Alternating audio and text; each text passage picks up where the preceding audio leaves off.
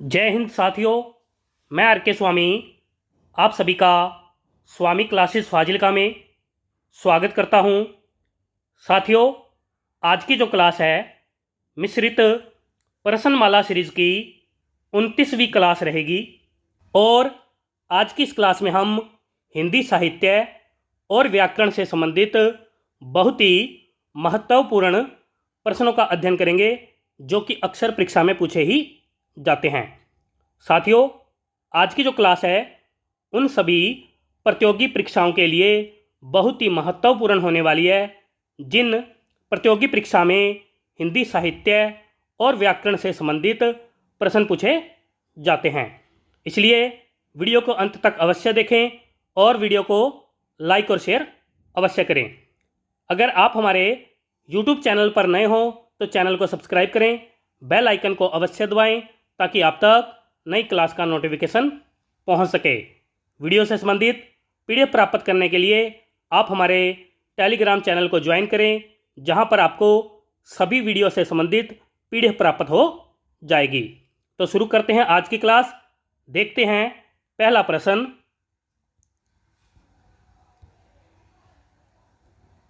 11 वर्ष का समय कहानी किसकी है? ए विकल्प में है जायसी जी, बी विकल्प में है आचार्य रामचंद्र शुक्ल जी, सी विकल्प में है यशपाल जी और डी विकल्प में है इंसा अल्लाह खां जी। क्या उत्तर सही होना चाहिए? 11 वर्ष का समय कहानी किसकी है? सभी साथी उत्तर देंगे। प्रश्न संख्या डालकर उत्तर दिया करो। 11 वर्ष का समय, यह कहानी आचार्य रामचंद्र शुक्ल जी की मानी जाती है। आगे देखते हैं। धुलाई वाली कहानी किसकी है? ए विकल्प में है उषा प्रियवंदा जी, बी विकल्प में है आचार्य रामचंद्र शुक्ल जी, सी विकल्प में है बंग महिला जी और डी विकल्प में है नंद दुलारे वाजपेयी जी। क्या उत्तर सही होना चाहिए? सभी साथी उत्तर देंगे। धुलाई वाली कहानी बंग महिला जी की मानी जाती है। आगे देखते हैं। रानी केतकी की कहानी रचना किसकी है? ए विकल्प में है राजेंद्र यादव जी, बी विकल्प में है मनु भंडारी जी, सी विकल्प में है इंसा अल्लाह खां जी और डी विकल्प में है कमलेश्वर जी। क्या उत्तर सही होना चाहिए? रानी केतकी की कहानी इंसा अल्लाह खां जी की मानी जाती है। आगे देखते हैं। चारू चंद्रलेख कहानी किसकी है? ए विकल्प में है कमलेश्वर जी, बी विकल्प में है भिखारी दास जी, सी विकल्प में है निराला जी और डी विकल्प में है हजारी प्रसाद द्विवेदी जी। क्या उत्तर सही होना चाहिए? चारू चंद्रलेख कहानी किसकी है?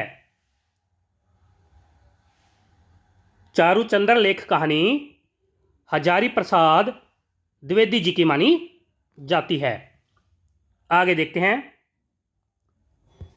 दिव्या कहानी किसकी है?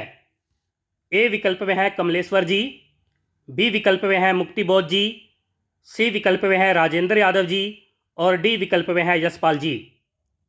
क्या उत्तर सही होना चाहिए? दिव्या कहानी यशपाल जी की मानी जाती है। आगे देखते हैं। वैशाली की नगर वधू कहानी किसकी है? ए विकल्प में है चतुरसेन शास्त्री जी, बी विकल्प में है प्रकाश चंद्र गुप्त जी, सी विकल्प में है रामविलास शर्मा जी और डी विकल्प में है राजा शिव प्रसाद सितारे हिंद जी। क्या उत्तर सही होना चाहिए? वैशाली की नगर वधू कहानी चतुरसेन शास्त्री जी की मानी जाती है। आगे देखते हैं। आस्था और सौंदर्य रचना किसकी है? ए विकल्प में है देवराज जी, बी विकल्प में है रामविलास शर्मा जी, सी विकल्प में है वृंदावन लाल वर्मा जी और डी विकल्प में है केदारनाथ अग्रवाल जी। क्या उत्तर सही होना चाहिए? आस्था और सौंदर्य रचना किसकी है? आस्था और सौंदर्य रचना रामविलास शर्मा जी की मानी जाती है। आगे देखते हैं। नई कविता के प्रतिमान रचना किसकी है?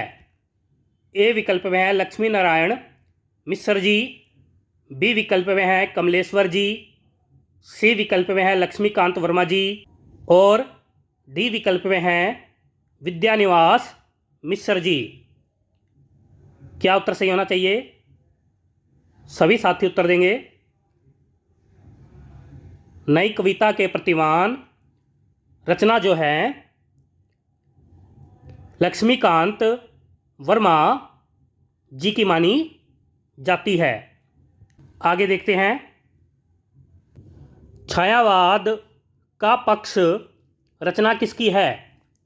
ए विकल्प में है चतुरसेन शास्त्री जी, बी विकल्प में है उपेंद्र नाथ अस्क जी, सी विकल्प में है पांडे बेचन शर्मा उग्र जी और डी विकल्प में है देवराज जी। क्या उत्तर सही होना चाहिए? छायावाद का पक्ष रचना किसकी है? छायावाद का पक्ष रचना देवराज जी की मानी जाती है। आगे देखते हैं। हिंदी साहित्य और संवेदना का विकास रचना किसकी है? ए विकल्प में है उदय प्रकाश जी, बी विकल्प में है कुबेर नाथ राय जी, सी विकल्प में है राम स्वरूप चतुर्वेदी जी और डी विकल्प में है मैथिली शरण गुप्त जी। क्या उत्तर सही होना चाहिए? हिंदी साहित्य और संवेदना का विकास रचना किसकी है? सभी साथी उत्तर देंगे। यह रचना राम स्वरूप चतुर्वेदी जी की मानी जाती है। आगे देखते हैं। पगडंडियों का जमाना रचना किसकी है? ए विकल्प में है विद्यानिवास मिश्र जी, बी विकल्प में है धूमिल जी, सी विकल्प में है हरिशंकर प्रसाद जी और डी विकल्प में है नागार्जुन जी। क्या उत्तर सही होना चाहिए? पगडंडियों का जमाना रचना किसकी है? पगडंडियों का जमाना रचना जो है हरिशंकर परसाई जी की मानी जाती है। आगे देखते हैं। रस गंगाधर रचना किसकी है? ए विकल्प में है वामन जी, बी विकल्प में है पंडित राज जगन्नाथ जी, सी विकल्प में है भरतमुनि जी और डी विकल्प में है कुंतक जी। क्या उत्तर सही होना चाहिए? रस गंगाधर रचना पंडित राज जगन्नाथ जी की मानी जाती है। आगे देखते हैं। प्रगतिशील साहित्य की समस्याएं रचना किसकी है? ए विकल्प में है राम कुमार वर्मा जी, बी विकल्प में है रामविलास शर्मा जी, सी विकल्प में है विद्यानिवास मिश्र जी और डी विकल्प में है नामवर सिंह जी। क्या उत्तर सही होना चाहिए? सभी साथी उत्तर देंगे। प्रगतिशील साहित्य की समस्याएं रचना जो है रामविलास शर्मा जी की मानी जाती है। आगे देखते हैं। अशोक के फूल, कुट्टज और विचार प्रवाह रचनाएं किसकी हैं? ए विकल्प में है महावीर प्रसाद द्विवेदी जी, बी विकल्प में है सोहनलाल द्विवेदी जी, सी विकल्प में है हजारी प्रसाद द्विवेदी जी और डी विकल्प में है आचार्य रामचंद्र शुक्ल जी। क्या उत्तर सही होना चाहिए? यह तीनों रचनाएं हजारी प्रसाद द्विवेदी जी की मानी जाती है। आगे देखते हैं, निम्नलिखित में से कौन सा लेखक ग्रामीण चेतना का कहानीकार है? ए विकल्प में है मार्कंडेय जी, बी विकल्प में है विवेकी राय जी, सी विकल्प में है शिव प्रसाद सिंह जी और डी विकल्प में है उपर्युक्त सभी। क्या उत्तर सही होना चाहिए? उपर्युक्त सभी लेखक जो हैं ग्रामीण चेतना के कहानीकार माने जाते हैं। आगे देखते हैं, नरेंद्र मोहिनी और कुसुमलता उपन्यास किसके हैं?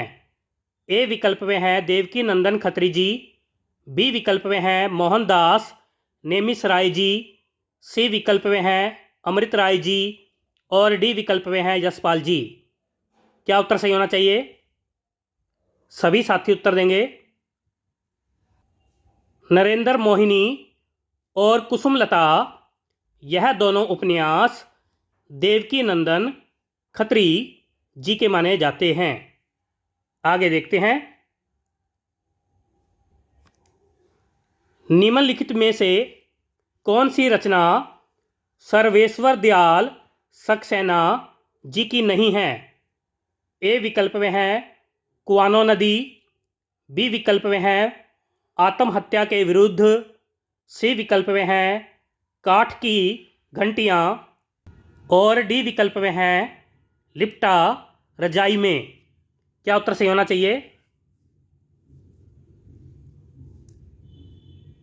आत्महत्या के विरुद्ध यह रचना सर्वेश्वर दयाल सक्सेना जी की नहीं है।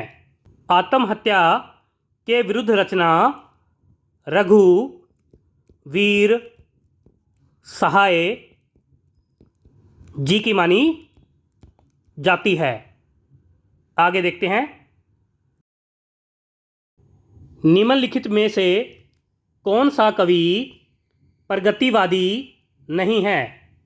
ए विकल्प में है केदारनाथ अग्रवाल जी, बी विकल्प में है त्रिलोचन जी, सी विकल्प में है शिवमंगल सिंह सुमन जी और डी विकल्प में है गया प्रसाद शुक्ल स्नेही जी। क्या उत्तर सही होना चाहिए? सभी साथी उत्तर देंगे। गया प्रसाद शुक्ल स्नेही जी प्रगतिवादी कवि नहीं हैं। गया प्रसाद शुक्ल स्नेही जी द्विवेदी युग के कवि माने जाते हैं। आगे देखते हैं, कवि कुल कल्पतरु रचना किसकी है? ए विकल्प में है रघुवीर सहाय जी, बी विकल्प में है चिंतामणि जी, सी विकल्प में है हरिकृष्ण प्रेमी जी और डी विकल्प में है मतीराम जी। क्या उत्तर सही होना चाहिए? कवि कुल कल्पतरु यह रचना चिंतामणि जी की मानी जाती है। आगे देखते हैं, निम्नलिखित में से कौन सा कवि अष्टछाप का नहीं है? ए विकल्प में है मलूकदास जी, बी विकल्प में है सूरदास जी, सी विकल्प में है नंददास जी और डी विकल्प में है परमानंद दास जी। क्या उत्तर सही होना चाहिए? मलुकदास जी अष्टछाप के कवि नहीं हैं। सूरदास जी, नंददास जी, परमानंद दास जी यह तीनों अष्टछाप के कवि माने जाते हैं। आगे देखते हैं, भोजपुरी, मगही और मैथिली बोली किस उपभाषा वर्ग के अंतर्गत आती है? ए विकल्प में है पूर्वी हिंदी, बी विकल्प में है बिहारी हिंदी, सी विकल्प में है पश्चिमी हिंदी और डी विकल्प में है पहाड़ी हिंदी। क्या उत्तर सही होना चाहिए? भोजपुरी, मगही और मैथिली बोली किस उपभाषा वर्ग के अंतर्गत आती है? यह तीनों बोली बिहारी हिंदी वर्ग के अंतर्गत आती है। आगे देखते हैं, संविधान की 8वीं अनुसूची में कौन सी बोली शामिल नहीं है? ए विकल्प में है भोजपुरी, बी विकल्प में है बोडो, सी विकल्प में है मैथिली और डी विकल्प में है डोंगरी। क्या उत्तर सही होना चाहिए? सभी साथी उत्तर देंगे। भोजपुरी बोली जो है संविधान की 8वीं अनुसूची में शामिल नहीं है। बोडो, मैथिली और डोंगरी यह तीनों बोली 8वीं अनुसूची में शामिल है। आगे देखते हैं, निम्नलिखित में से कौन सा शब्द अशुद्ध है? ए विकल्प में है अहेतुकी, बी विकल्प में है रचयिता, सी विकल्प में है अनुग्रहित और डी विकल्प में है अंतर्धान। क्या उत्तर सही होना चाहिए? वर्तनी की दृष्टि से अशुद्ध शब्द की पहचान करनी है।